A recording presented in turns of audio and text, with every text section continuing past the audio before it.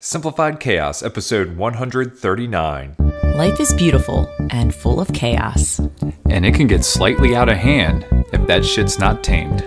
We're here to share how to simplify the little things to help you lead a more intentional life. This is Simplified Chaos.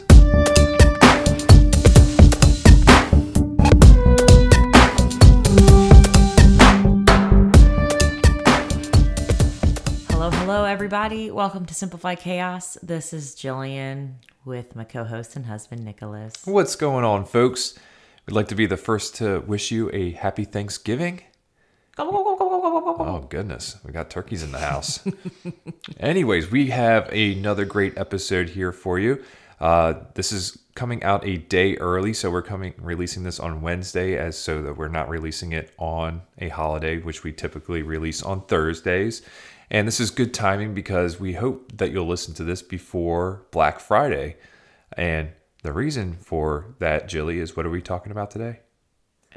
Gift giving. Yeah, we've talked about this before, so we're kind of revisiting it again. It's the appropriate time of the year, and we feel like it's a good topic for us to discuss today. So yeah, and I think it's always evolving for us. It every is. year is a little bit different. Our perspective changes because we change. So we change, and we have a little girl who's growing up very quickly. So the stages of childhood for her, they get a little bit more interesting, a little trickier, but we are learning a whole bunch just about the holidays and what they really mean, and how do gifts come into that. Yeah, so we're going to dive into that in just a few minutes. But as always, before we get started, we'd love to show a little gratitude. So, Jilly, what are you grateful for this week?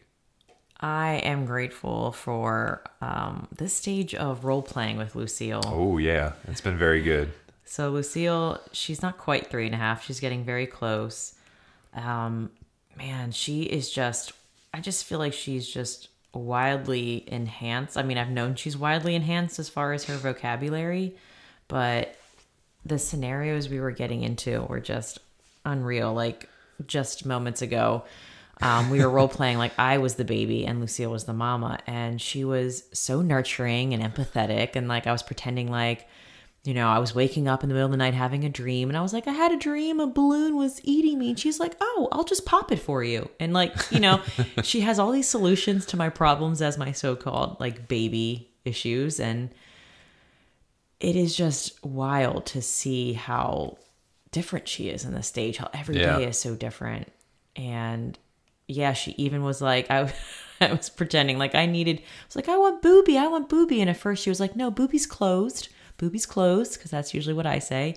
And then I woke up and I was like, I want booby. And she's like, all right. And she starts lifting up her shirt and she was just giggling. And then she's like, here's the other one, like how we do it. The left one and the right one are, but we don't do that anymore right now. Once in a while, maybe just for, I don't know, just to romance about it. Cause I kind of miss it, but it's so freaking awesome to be role playing with her and how in depth she goes and detailed oriented she can really go into, and it's just so fascinating to see her evolve and grow. Yeah, I mean, just not only that, but she's been role playing Christmas and role playing Halloween and stuff like that, and the Tooth Fairy. Like those seem to be the reoccurring role plays. But no, like you said, she's been getting a little bit more in depth in that. So yeah, that's been really awesome just to kind of see that development and just her being creative and kind of soaking in what we do as parents and replicating that into what she's doing as a make-believe parent. I know.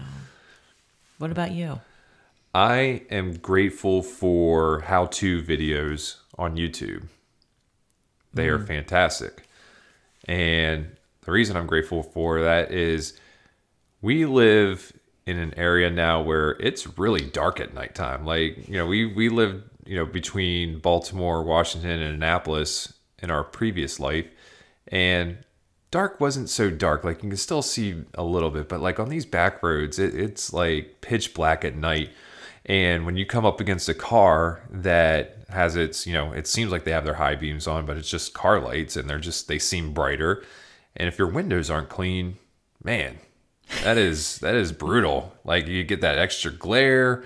It makes it more difficult to see. So I found this YouTube video, and it was just like, how to clean your windows. And this is a guy who does more of like show cars. He was, showing us on his Corvette or whatever how to clean his windows. But man, it was great.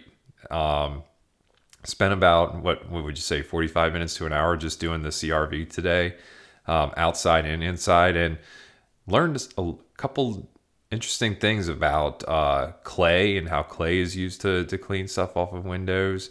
And then instead of using Rain-X, using car wax to do the repellent on the windows. So excited to test that out when it actually rains around here to see if that works. But got some crystal clear windows now here, Jilly. We're going to be able to see. So did you put on clay first and then like a glass cleaner? So you do the glass cleaner first, and then you spray like a bunch of warm water onto the window, and then you rub the clay over it. And then you do the spray again of the cleaner. And this is all using microfiber. And so, you use one microfiber to like kind of get the initial cleaner off, and then you use a dry one to make sure that that's what kind of gets rid of the streaks. And then it was just like use another microfiber. I went through like 8 microfiber cloths today. Good thing we have a bunch. I know, we have a ton of them, and I just washed them, so they're all good. They're ready for round 2. But then it was like, put car wax on there, and then wipe that off. So it was like, let's give this a try. So I'm excited to get this bad boy out at night and see if I did a good job. Me too. And if you enjoyed it, you can do my car. Well, that is next, but we are going to be gone the next couple of weekends. So that'll be that. Whenever there's a nice day, we'll get that bad boy done, or we'll just put it in the garage and I'll put a heater on out there. You can do that too. We can do that. Cool. Yeah. So we've got Black Friday coming up here in 2 days after this will be released. And it's one of those times of the years where a lot of people stress about, what they're going to get, their significant others, their family members, friends, coworkers, and it just, the list seems never ending, and it can be very overwhelming. It could be daunting. It could be stressful. And we're here to tell you that it doesn't have to be that way. Jilly, how do you want to open this? Well, first I thought, just giving you like our perspective on gift giving is that it's good to lay the foundation here. We think that, especially during the holiday season, where it's like there's this narrative or this societal norm that, especially Christmas, gifts, toys, things. And if you're not doing that, you're a Scrooge, or, you're not doing what the American Christmas is all about. And, I don't know how many years we've been doing this. It's been at least four we've been doing this. Longer. It's just understanding that the gift of presence and giving that, and just how experience and time spent together with people we love is truly, truly what the holidays, what it just means to us. It's just being together and being okay with not bringing things. And I think that's the most challenging part about this season, is just fighting that narrative and challenging it to give gifts in the way that aligns to what you value in life, and being okay with that, even if people may not value the same thing. So our gift giving journey has not been static by any means. It has ebbed and flowed. It has stayed mostly on track with less things, more time together and experiences. But it's always been moving, and we've always been slowly unbecoming everything that really isn't what we're about when it comes to holidays. So we've kind of been stripping what we've learned as kids.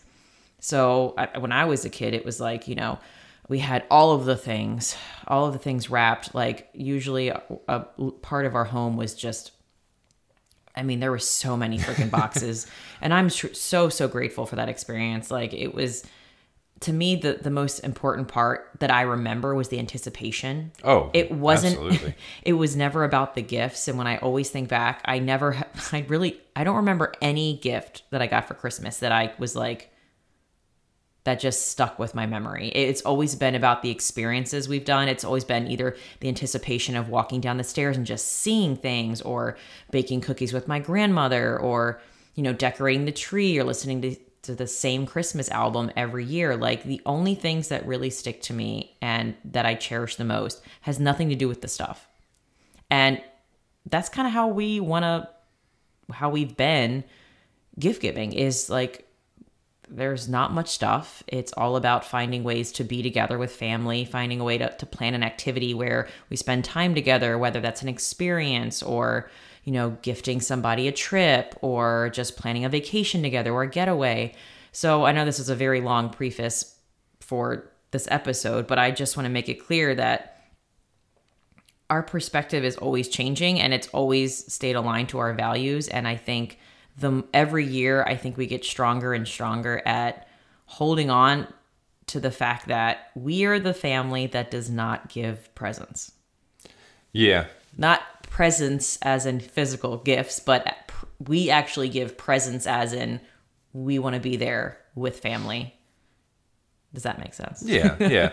And, the nice thing is, like, we got to start our family together and kind of set our own traditions, which, it's what you're supposed to do. Like, I absolutely, what you said, I loved everything that we would do around the holidays, from, going outside and helping my dad decorate the house and learning some, colorful language along the way, which is all, again, that's part of the experience. Like, I remember those things. And yes, there are specific toys and stuff that I remember getting growing up. Like, I remember us getting that hockey goal and that being like the best thing ever. And we used the crap out of that thing because, we played neighborhood hockey all the time. But like, no, it is like the decorating of the house, the dinner with family, the exchange. We do like a white elephant gift exchange with my extended family. And that's always like a fun game, just to see the different crazy kind of gifts that came in and just like what people liked and what they didn't like. It's fun to do those kinds of things. But, with you and I, we basically had, I would say, one Christmas, maybe two Christmas, that we got actual like physical gifts for each other. And then ever since, like, maybe we got married, and maybe even before that, we don't do gifts for birthdays, anniversaries, Mother's Day or Father Day, Faja Day, but it is about being present with those, with one another, with our family and our friends. But experience is another thing. And that's kind of where we go when it comes to like gift giving, is kind of thinking of a fun experience, that we can give. And I remember just kind of, having that conversation, especially with a newborn. It's like, what can you get her? Well, it's like, let's get her clothes and stuff like that. But now that she's getting a little bit older, it's like experiences. And like, my parents got an awesome gift for her 2 years ago. They got her a 1 year membership at the aquarium, which, it was awesome. Like, her walking into the space where there's big sharks and different sea creatures. It was awesome, just to have that experience. Unfortunately, it was like at the beginning of the pandemic, so we only got to go to the aquarium twice. I'm sure it would have gone a lot more if it wasn't for the pandemic. But I mean, that's like the kind of things that we kind of value most, is just being able to share those experiences with one another.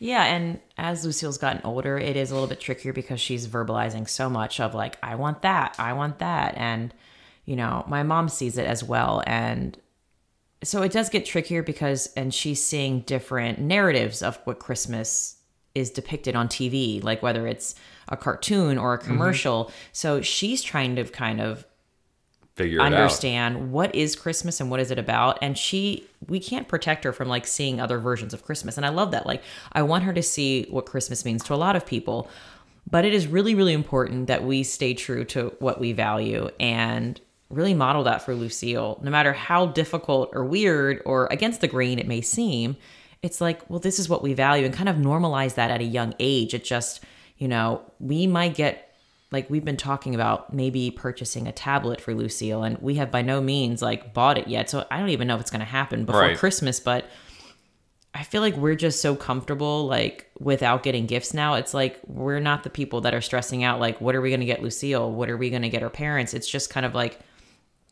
we know, and it's kind of expected now. That's kind of like our new norm, is that, we're gonna like plan a trip with my mom or like treat her to a trip. And we usually like to plan a trip to like do dinner with your parents or treat them to dinner. Yeah. And it's been so nice to have that weight lifted, that burden that I would feel. And this is only my opinion of the gift giving. It's just the weight has been lifted off my shoulders, knowing that we are creating traditions that mean time together. And the more and more we do that and stay true to who we are, the more it becomes, oh, that's what they do. Like, this is what's important to them. And Lucille, and modeling that and making sure Lucille sees that, it's going to become her norm, where it may be weird to her to see some kids who get a lot of toys. Like, that's weird because we don't do that in our Christmas. So I love the fact that we are doing something different, but we're doing it different for a purpose, because we want to show her what we value, and that, things are cool, and like, we save money when we invest in things when we need them, but that is not what Christmas is about for us. That's not what the holiday season is about. And I don't want to fool her in putting all this emphasis into something that we don't think it's true. So yeah, it's been fun. It's been fun transition. And, our parents are asking us, what does Lucille want for Christmas? And I gave my mom 2 ideas. I know I've heard some things where like, oh, if you can give them like an Amazon list, that helps parents. And it honestly doesn't work for me. I'd rather just verbalize like, hey, this is what she's interested in. And then if they want to make the decision, they can. So I would just say, hey, Lucille's really into stickers now. She's into crafts. I try to think of things that, are consumable, that I know she'll use and go through and can use to create. And I also make a comment like, hey, we have this really cool play center near us. If you want to invest in having or have more play dates at this play center near us, or there's a really cool SeaQuest aquarium that's not far from us. So I'm not a list person. I don't know. I just think it's like, here's the stuff that I want, go get it. I'm not really that type of person. I know some people are and it works for them, but for us, it's kind of like, I'd rather just have a conversation about what she's interested in. And then our parents can make decisions on like what they think is best for her. And I think just knowing the way we live, and this podcast is a great platform for them to know, like, we mean business. This is how we want to live. So I think it makes that transition a little bit easier when it comes to communication, especially with a kid. Yeah. But yeah. It's funny if you ask us what is it that we want to do, or, I think it's easy for us to kind of sprout that off and saying, what kind of adventures do you want to have? Well, we want to take Lucille, like you said, to SeaQuest or to the playroom. And it's like, well, what do you want? And that's the like most tough thing to answer, is like when you don't really need anything.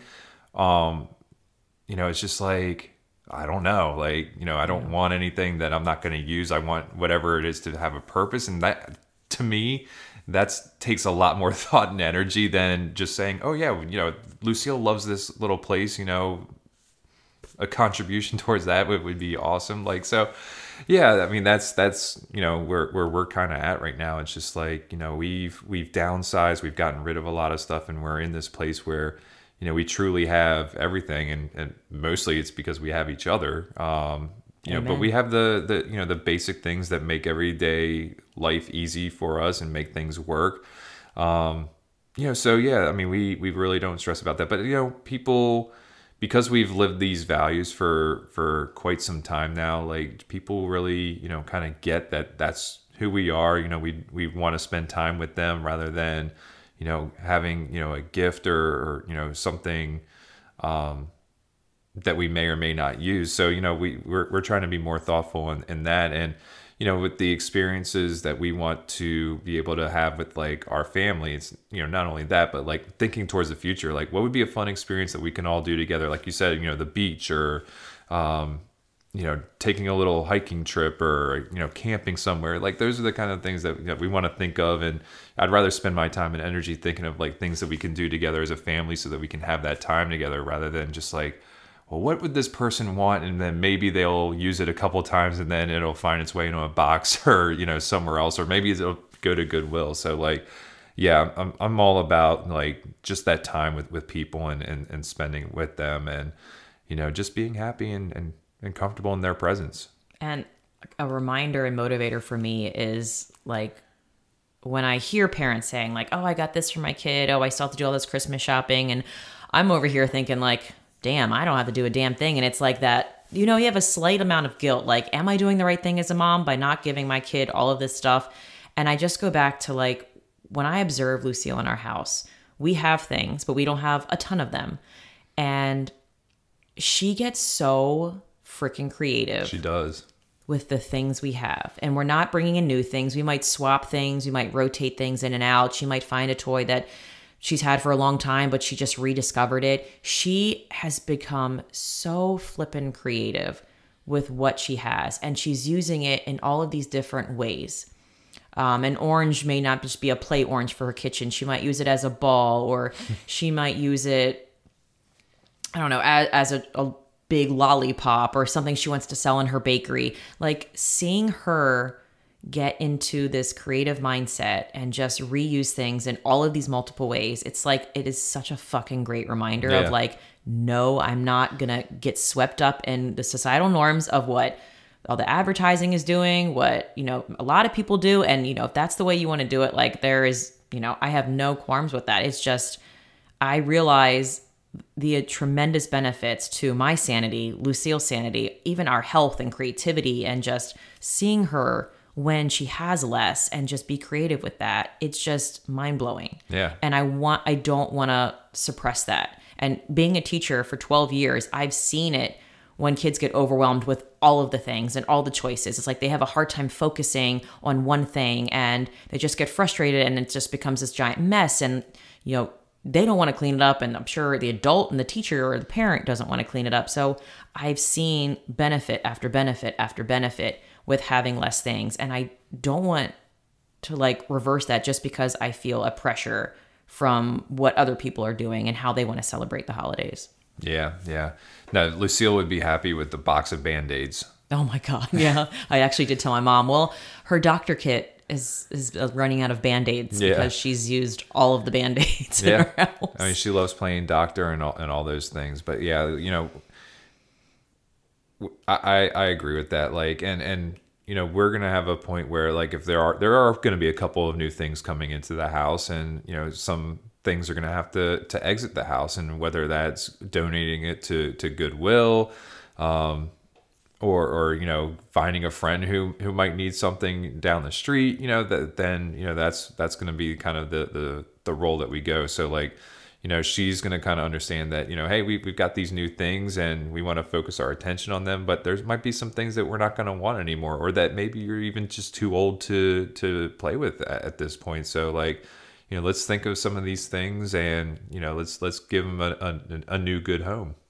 Yeah, we've already had those conversations with some of her toys, and it's so cool to start it at a young age. Just like, you know, well, you don't really use it anymore. How about you pick 3 toys that you would be okay letting go of? And she's already started doing that, which is so wild to see at such a young age, already getting started with like, okay, I can receive things and that's great, but we also have to let go of things so that way it's not too much and overwhelming, and we're able to help other kids who may want to use things that they no longer serve a purpose for us anymore. So, yeah, I guess like the biggest struggle with like gift giving is just being okay with, especially when you're first starting, like celebrating Christmas this way, is just being okay not giving physical gifts if that's something you used to do in the past, and just sitting in the discomfort with like family and friends, just like changing the way you want to celebrate. It's just like, it's going to be so uncomfortable in the beginning because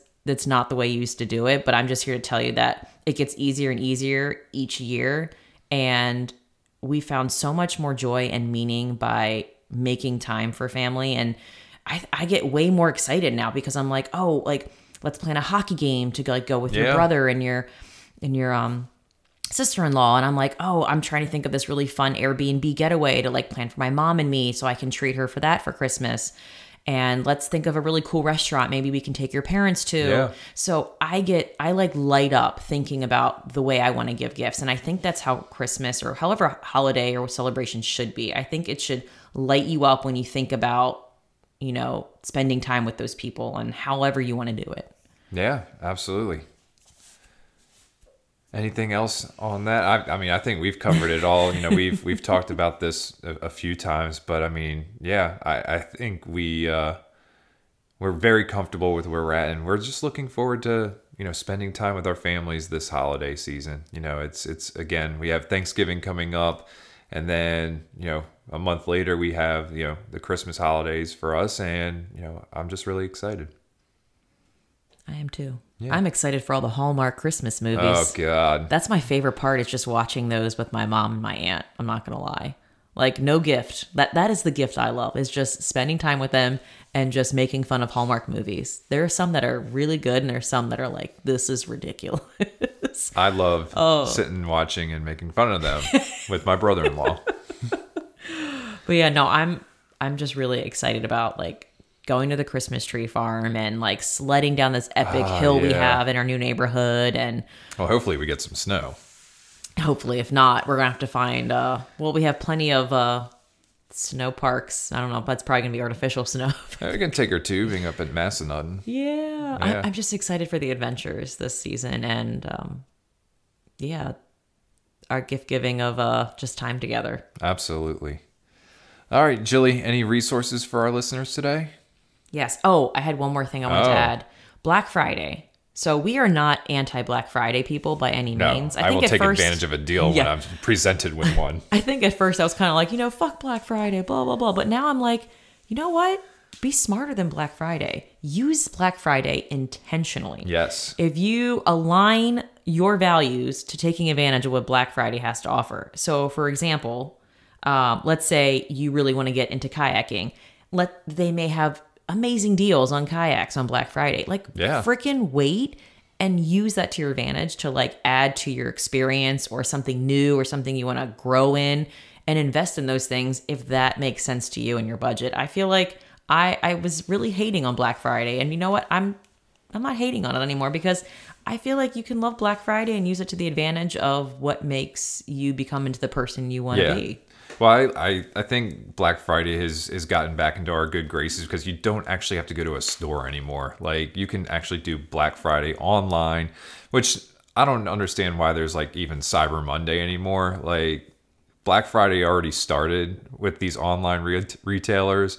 I'm sure, deals are going to change by the day, but, like, yeah, I'm going to take advantage. Like, if there is something that we've been planning for, and we can get it cheaper, like much cheaper, during this time of the year, then yeah, we've been kind of holding off for certain things. So that's a great point, Jilly. Yeah. Yeah. I want to make note of that. We're not hating on Black Friday. No, I just feel like you can definitely use it wisely versus letting Black Friday use you, if you know what I'm saying. Oh, good call there, Jilly. Cool. All right, how about that resource? Okay, so I wrote a blog post. This is last year on my blog, The Clean and Simple Life. And it kind of resonated with this episode, so I thought I'd reshare it again. It's called My Top 5 Holiday Presents. Presence. I remember this blog post. Yeah. So I'm just going to read a little bit of it. So, holidays, birthday parties, and other celebrations don't have to be stressful. We've made small changes over the years to simplify our mental headspace when it comes to the gifting season. We are team presents, not team presents, physical presents, because it makes our family so hella happier. Once you start gifting presents, CE over presents, life just feels a little bit lighter and way more fun. I highly recommend gifting these presents to not only your loved ones, but to yourself as well. This way you can spend quality time doing something really rad together. And I had top 5 ones, which really these are still my top 5 ways to like gift to people now and to family members and friends is number 1, buying tickets to a game, show, or an activity. I love when we are able to do sports events with your family. I think it gives you an excuse to like, I've talked about always wanting to like go see like a Broadway play or, you know, just try something new. I think it's such a great opportunity just to like go outside your comfort zone and like spend time doing that with someone you love. Number 2, a 1-2-way day getaway using Airbnb. I think there's so many great deals on Airbnb that don't break the bank that you can use just to plan a spontaneous trip or like a girl's getaway or a couple's night. So definitely love doing that as well. Number 3, I put a day pass to try a new activity. So if it's like taking somebody rock climbing or like going to a new farm or a winery or distillery. Number 4, I put a date to a quality food experience or restaurant, which I feel like we're always all about good food. Hell yeah. And then number 5, I wrote a massage plus a wine or coffee date. And definitely all of these apply to like gifting yourself. This is why I think I love the way we give gifts, is because we include ourselves mostly in the action, which I think some parents are like, why don't I just give it to them? Well, I think you can do that, but to me, it lights me up knowing that I can participate in the activity with the people and like try something new or do something that maybe I think they would like. So that was my top 5 quote unquote gifts. Food for thought. Food, yes, food for thought. Awesome. And how about that quote of the day there, Jilly? The quote of the day I found, I really like this one, is by Philip Zimbardo. The greatest gift you can give to others and to yourself is time. Embrace the gift of time, whether you give it or receive it. You can't get it back, so you might as well embrace it. Yeah. Awesome. And your take action challenge, Jilly, is? Just gift in the way that feels right for you, not the way you think you're supposed to do it. Nice. Yeah. Well summarized, Jilly. I like that. Thanks, babe. You got it. All right, folks. Well, that's going to do it for today's episode. If you like this episode, please do us a favor and help us spread the message. You can do this by writing a review or simply by sharing this episode with a friend. And remember, sharing sparks a conversation. Conversation leads to action. And action is how we're able to live a happy and intentional as hell lifestyle. We want to thank you all for listening today, and we will see you again next week. See y'all later. Happy Thanksgiving.